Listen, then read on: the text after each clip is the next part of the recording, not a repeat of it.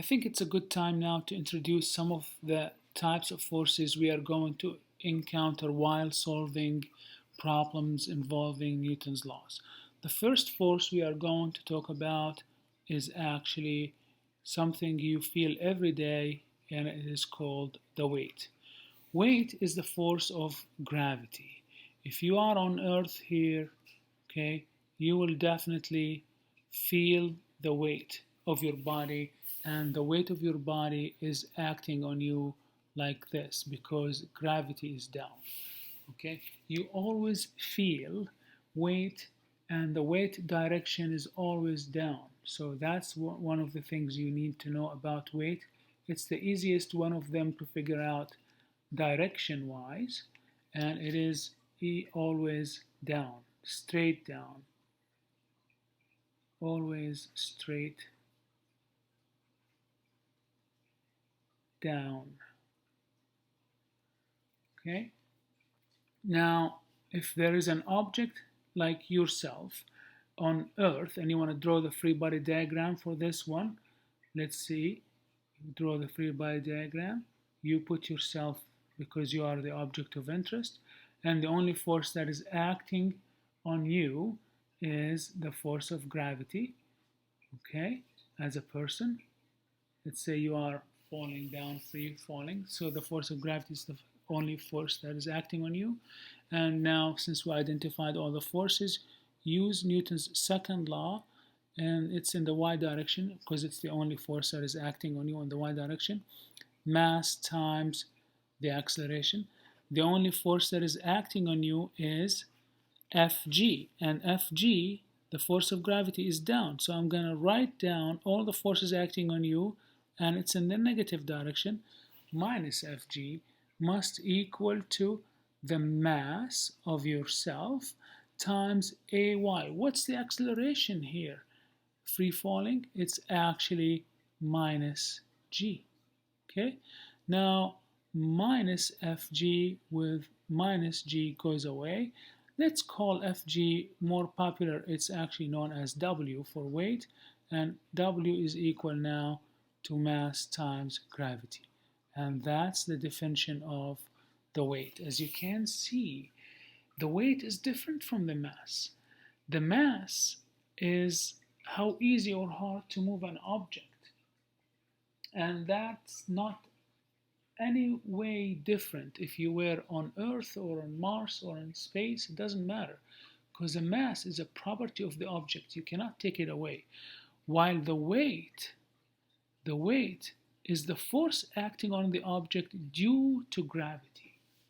So if you weigh, let's say, 30 newtons on Earth, probably on the moon is going to be 1/6, which is 5 Newton. In space, so that's the moon, in space you will weigh 0 Newton. So if you put yourself on a scale in space, you will weigh exactly 0 Newton. However, your mass, if your mass is, I'm going to make up a number like 3 kilogram, it will be 3 kilogram on the moon and 3 kilogram on space. So that does not change. Okay. Now the second force that is important to learn about is called the normal force. Normal force. And normal force results from surfaces. Results from surfaces. If you want to think about a surface, like maybe as a table, wall, I don't know, road, and many other examples for that. Okay, so let's see. If you have an object, this object is sitting on a table like this. So this is your object, and it has a mass m. Okay, there are two forces acting on this object. The first one is what we learned up here, and we call this force the weight of, or the force of gravity. So I'm gonna call it W. and this W is always equal mass of the object times gravity. So if that was the only force acting on the object, the object will fall down because that's the only force acting on it. However, the object doesn't fall down. What prevents it from falling down is the surface of the table. So the surface of the table acts with exactly the same force, okay? We call it the normal force, and we identify it with the letter N, not N Newton. No, this is for the normal force. And according to action-reaction, Newton's third law, in this case, N is equal to mg, because for every force or for every action, there is a reaction. Okay? The thing you need to know about normal force, it is always perpendicular to surface. Always perpendicular. So look at this surface here. You see that? So this is the surface of the table. Where's the perpendicular side for it? There. That's the direction of the perpendicular. So, and that's how the normal force is acting. So let's say if we have an object that is on an inclined plane like that, so there's the object on an inclined plane, and this object has mass m. Where is the normal force, you think? If that's the surface here, the normal force is going to be what? Directed this direction, which is what? Perpendicular to the surface. Remember that very well, because that's important. Okay? Of course, where's the weight? The weight is always down. There is no debate about that. However, the normal force is what? Always perpendicular to the surface. Okay? If you want to draw the free body diagram for this one, let's say this angle is theta. So we draw the xy coordinate. We represent the object with a dot. We know that W is going this way and the normal force is going this way. Now, which angle is theta? We will talk about this later. All right, now the third force we need to learn about is tension forces.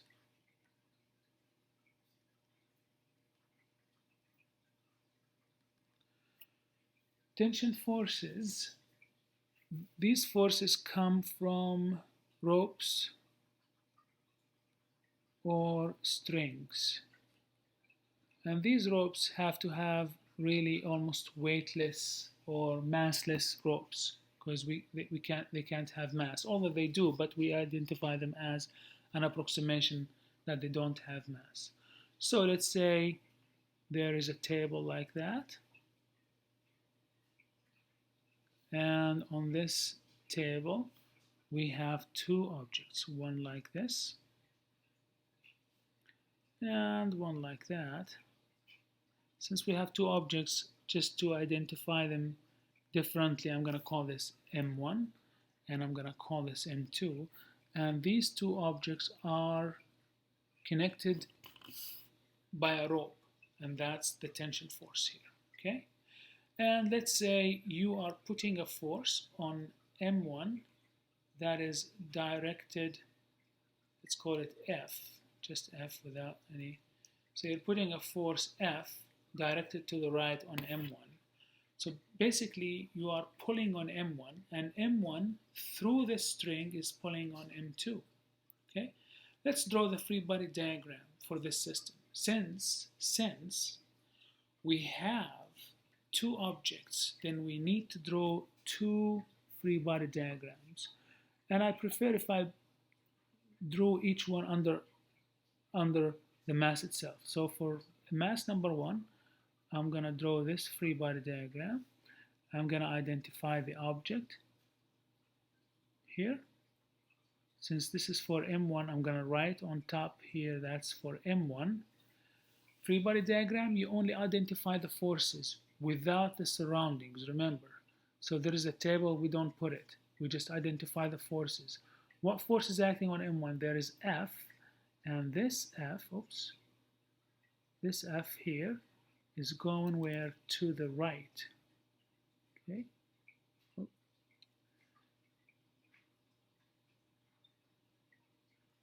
That's the force. What other force is acting on? Well, look, M1 is pulling on the string, then the string is pulling on M2. Now, how do we identify that? Let's remember something. I'm going to go back a little bit up here about the direction. Weight, we agreed, it's always down, straight down. That's the easiest one. The normal force is always perpendicular to the surface. Now, where is the direction of the tension? Direction of the tension, let me write it here, always away from object of interest. Always away from object of interest. Now let's go here. Where is the object of interest? It's M1. Where is away from it? If that was F, away from the object of interest is this one. And I'm going to call it T. Okay, so there is tension here. All right. Let's draw now the free body there. Is there any other forces? Sorry, I forgot about that. Is there any other forces acting on M1? And the answer is what? Yes. There is gravity. I'm going to call it W1. All right. And there's also what? Normal force up. Let's not forget that. Otherwise, the object will fall down. But it's not. And since W1, it's a reaction for it, N, which is normal force, I'm going to call it N1. Now let's draw the free body diagram for what? M2. So I am going to put the XY coordinates, just like we learned. I'm going to put the object at the origin and start putting the forces that I have identified. Okay. M2, what forces are acting on it? The first one, let's say the weight, W2, and this one, of course, is what? N2. These are the obvious one. N2 is perpendicular to the table, as you can see, and W2 is straight downward. Now, what other forces? There is tension, because there is string. Don't forget the string. So there's tension. Tension is always what? Away from the object of interest. Where is the object of interest? This is the object of interest. Away from it through the tension. There. Now, is this tension here the same as tension here? The answer is yes. For one rope, tension is the same. So basically, if I want to be accurate here, yeah, there is, look, there's a rope here, right? The tension is away from this object and the tension is away from this object, and they are both the same. Okay, so this is the free body diagram for M2, and this is the free body diagram for M1. Okay, now let's identify another force it's very important, which is number 4, friction force.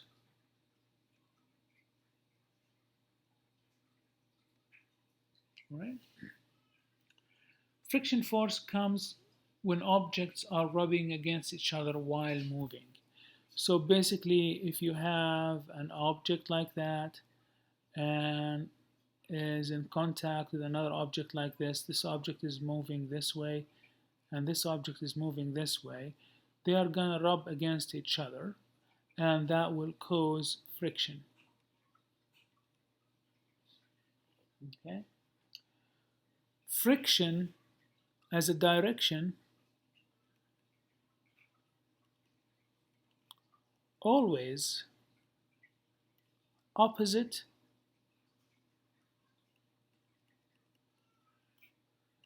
to direction of motion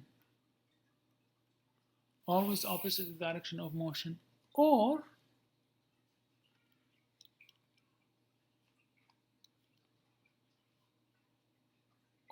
intent of motion.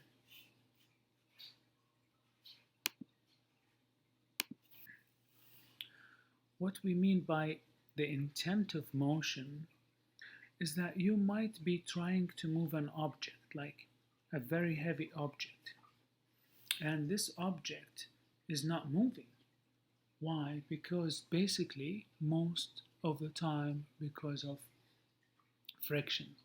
Think about it like when you are trying to move the fridge in your kitchen and you are pushing and pushing and you're barely moving it. And the reason is, of course, the fridge is a heavy object and that makes it more difficult. But because of friction, you're pushing on the fridge this way, but the friction is pushing back. And the friction is probably as big as your force, and that's why you can't move the object at all. Okay? All right. Now, there are two types actually of friction. Okay? The first one I'm going to take, so for part one, it's called the static friction. Static friction. In this case, static friction, from its name, the object is not moving. Okay? If the static friction offers no motion of the object. So let's say you have a surface and there is an object on that surface. And this object has a lot of friction, and that's how we define friction of the surface. And you want to move the object this way. The mass of the object is m. You put a force F like that, and there's going to be a friction force coming like this. So friction force is defined as small f. An external force that you put on an object is actually defined as big F. Since this is static friction, we're going to say F sub S. Okay? And by definition, the value of F sub S is equal to mu, which defines the coefficient of friction, for this case F mu sub S. Excuse me. So mu sub S is the coefficient of static friction times the normal force. And this is a very, very important equation. Okay, we need you to know it. So the force of static friction is equal to coefficient of static friction multiplied by the normal force. So what is the unit of mu S, which is the coefficient of static friction, is equal to the unit of the static friction divided by the unit of the normal force. The unit of static friction is Newton. The unit of normal force is Newton. Newton by Newton goes away. So this quantity is actually unitless.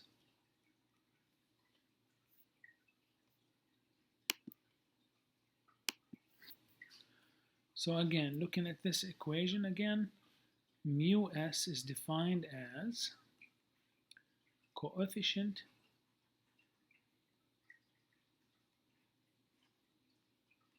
of static friction. So it's a coefficient. Okay. Now let's talk about the other type of friction, which is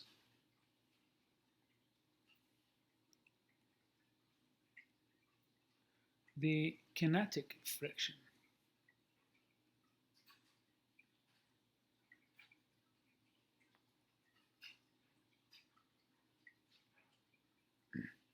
And the kinetic friction, it's actually F sub kappa Okay,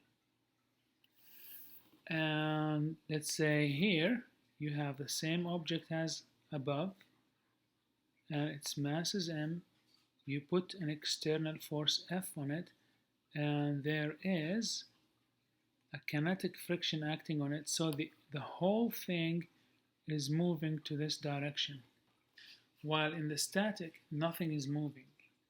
But here, the force was bigger than F kappa, and that's why the object is moving to the right. If we want to define what the value of F kappa is going to be equal to mu sub kappa times n, where mu sub kappa is known as the coefficient of kinetic friction.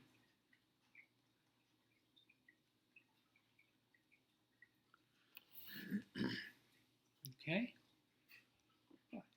Now, both coefficient of static friction and coefficient of kinetic friction, both of them are less than or equal to 1 as a value.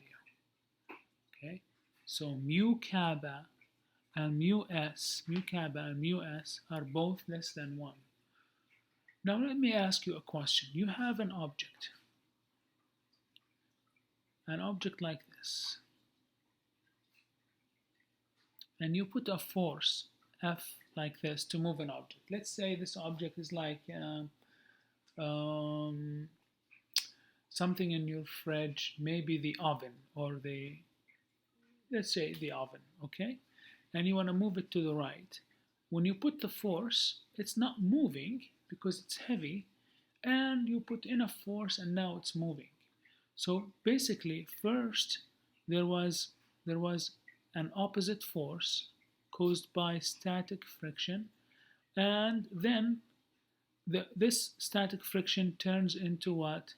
Kinetic friction, because the object is moving. Now my question to you, which one do you think is bigger? The static force or the kinetic force for friction? Think about it. What do you think? I'm going to tell you now. The static force, the static frictional force, is always bigger than the kinetic friction force. And that's because that for most objects and surfaces, mu s is bigger than mu kappa. And you always feel that. When you are pushing the fridge across your kitchen, the hardest part is to get it moving. Once the fridge is moving, it is easier to keep it moving. So overcoming the static friction is much harder than overcoming the coefficient friction for the same two surfaces. So actually, if I want to represent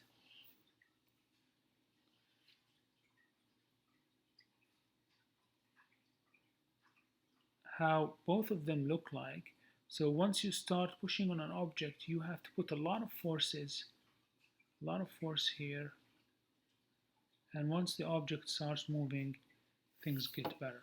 So the maximum force you put here is the force to overcome the static friction. Then all the force to move the object here is the kinetic friction. And as you can see, the static friction is much bigger than the kinetic friction. Okay?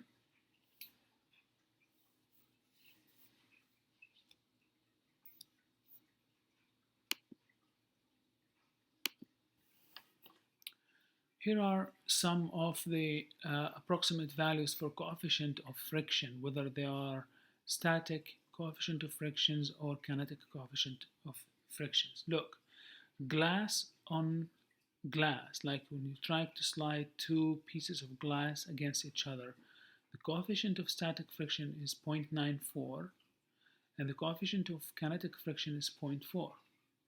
See, like the static friction is almost twice as much, even more than twice as much, the kinetic friction. So you need to put more than twice as much force to move, to get them to move. Once they are moving, it's much easier to move. Look, ice on ice, 0.1, which is very small, and 0.02 for the kinetic friction. So once an ice cube is moving on or sliding on another ice cube, it will be hard to stop it because the kinetic friction is so small. Look, rubber on dry concrete, like basically your wheels or tires in the car, is 1. The static friction is so big, which is the maximum value. 1 is the maximum value. It's 0.8 if it's moving. Rubber on wet concrete is 0.7, like when it's raining, 0.5. So it was 1 when it's not raining, but when it's raining, it's 0.7, and now it's 0.5 when it's moving. Steel on ice, and there's so many examples, as you can see. Teflon is what you put on your kitchenware to prevent the food to stick to it. It's 0.04 and 0.04. It's so small, like both of them are the same. It's amazing. There are many other examples. You don't have to memorize those. This is just like for you to get some kind of like a feeling of the difference between static and kinetic friction.